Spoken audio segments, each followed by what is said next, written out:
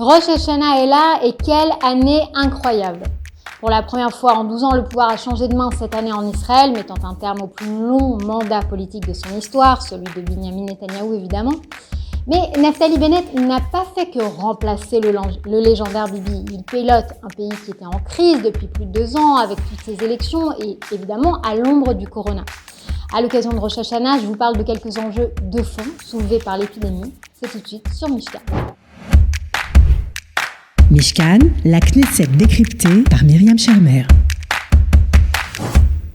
Bonjour à tous. Alors le budget est passé en première instance à la Knesset la semaine dernière, le fameux budget. Il devra encore être ratifié en novembre, mais c'est un important pas pour le gouvernement et aussi les institutions publiques qui devraient se voir dotées d'une feuille de route économique après plus de 2 ans. En plus de ça, l'autre grande nouvelle, c'est qu'après un été d'incertitude, le système scolaire a réouvert ses portes le 1er septembre pour tous les élèves, sans exception. Un défi majeur qui a fait le pari donc de vacciner à tour de bras, on en a déjà beaucoup parlé, plutôt que de confiner le pays, et qui doit désormais attendre les doigts croisés pour voir si la rentrée plus les fêtes de Tishri ne viendront pas entraver cette stratégie. C'est pourquoi on assiste à une véritable course contre la montre pour vacciner, puisque c'est la seule vraie arme dont dispose le gouvernement Bennett pour ne pas voir ses indicateurs ressombrer dans le rouge. Mais dans cette vaste opération, on trouve aussi des sujets de fond qui accompagnent la société israélienne depuis bien avant l'épidémie du corona. Par exemple, les défis qui existent au sein des minorités, comme la société arabe israélienne par exemple, ou la communauté ultra-orthodoxe d'autre part, et notamment leur rapport à l'État. Je vous donne quelques exemples. On se souvient par exemple de la difficulté dans certains milieux du monde haredi à respecter les confinements l'hiver dernier et les conséquences. Et aujourd'hui, autre exemple totalement, on voit un taux de vaccination largement insuffisant parmi les Arabes israéliens avec des conséquences dramatiques sur les cas de maladies graves dans ce secteur. Autre indicateur, les tests sérologiques. Ces fameux tests réalisés sur les enfants pour identifier ceux qui ont eu le Covid sans le savoir. Vous avez sûrement dû emmener vos enfants le faire. Eh bien, ils ont fait chou blanc au sein de la population générale puisqu'il y avait un taux de positivité très bas et on a très vite décidé d'abandonner les efforts. Mais au contraire, dans certaines villes arabes, il a été révélé que plus d'un tiers et parfois plus de la moitié des enfants avaient été contaminés sans le savoir. Des écarts qui montrent bien des pratiques très différentes en termes de santé. Mais pas que, on le sait, puisqu'on retrouve des problèmes en termes d'éducation, en termes de sécurité et d'emploi. Et pourquoi je vous parle de tous ces indicateurs plutôt déprimants alors que c'est Rosh Hashanah ? Eh bien parce que plus que jamais, la crise sanitaire prouve qu'Israël ne peut plus se permettre d'ignorer ces enjeux et peut-être même que la crise s'avère être un moment opportun pour changer de mode opératoire justement et s'adapter aux besoins différents de chaque communauté. Par exemple, c'est ardu je sais mais restez avec moi. Face au faible taux de vaccination, le gouvernement a mis des stands de vaccination en place, des stands de vaccination nocturnes, notamment dans les grandes villes arabes. Allant plus loin encore, le ministre de la Santé du parti Meretz Nitzan Horowitz a lancé une initiative de vaccination errante, passant de village en village, dans les localités arabes et bédouines notamment, afin de vacciner la population, pour certains une première injection. Les résultats sont encore modestes, mais on voit bien que cette décentralisation et cette adaptation aux besoins est primordiale dans une société aussi hétérogène que la société israélienne. Autre innovation intéressante cette fois-ci du côté de la société haredi, les soins à domicile pour les atteints du virus, y compris les cas graves. On savait l'année dernière que beaucoup préféraient être soignés chez eux sans aller à l'hôpital et qui utilisaient des respirateurs à domicile. Or, cette méthode a fait des émules depuis et c'est près de 4000 respirateurs qui sont actuellement loués par des particuliers.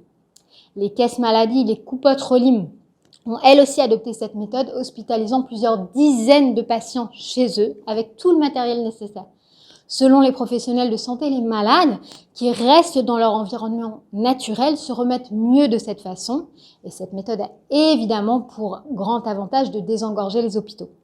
On voit donc comment le système s'adapte et comment les minorités, souvent sujettes aux critiques, provoquent elles aussi un changement intéressant.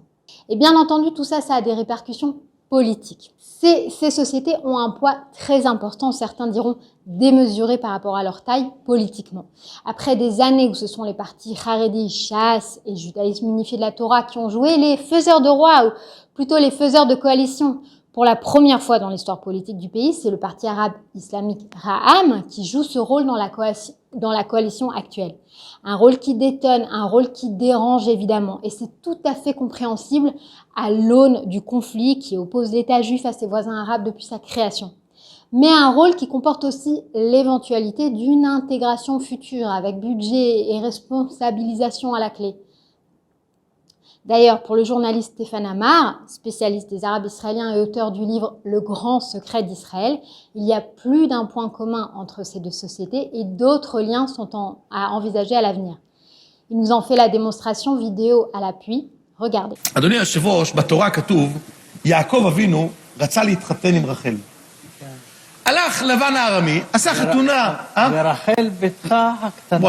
וואי, הרב מנסור. חכם מנסור. מה? יפה. אתה יודע, הלילה אתה יודע כמה פסוקים למדתי? אבל גם לימדת. לימדת ולמדת. כן. תשמע, בקצב הזה אתה... אחרי שלמדת כל כך הרבה תורה, אתה תומך בחוק הדיינים, תגיד לי.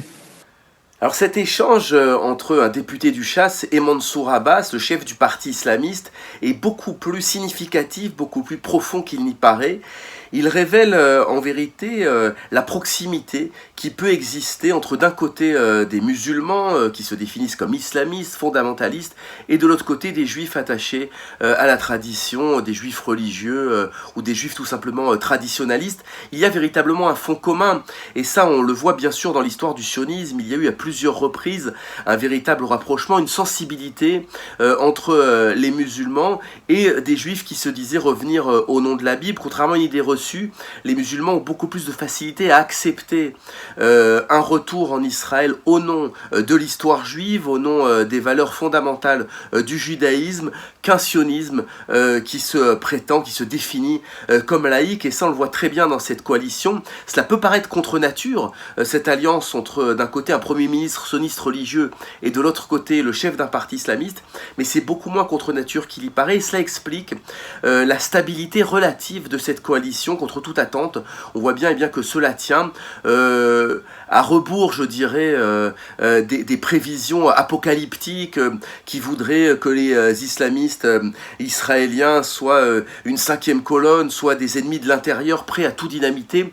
On voit bien qu'il y a beaucoup plus d'acceptation du sionisme de la part d'un Mansour Abbas que de la part des membres de la liste unifiée qui eux se prétendent laïcs mais qui sont viscéralement antisionistes, infiniment plus que Mansour Abbas dit islamiste. D'importants enjeux donc pour l'avenir d'Israël, aussi bien politique que épidémique. On a de quoi faire également l'année prochaine. Je vous souhaite une très bonne année, Shana Tova ou Metuka, et je vous dis à bientôt sur Mishkan. Mishkan, la Knesset décryptée par Myriam Shermer.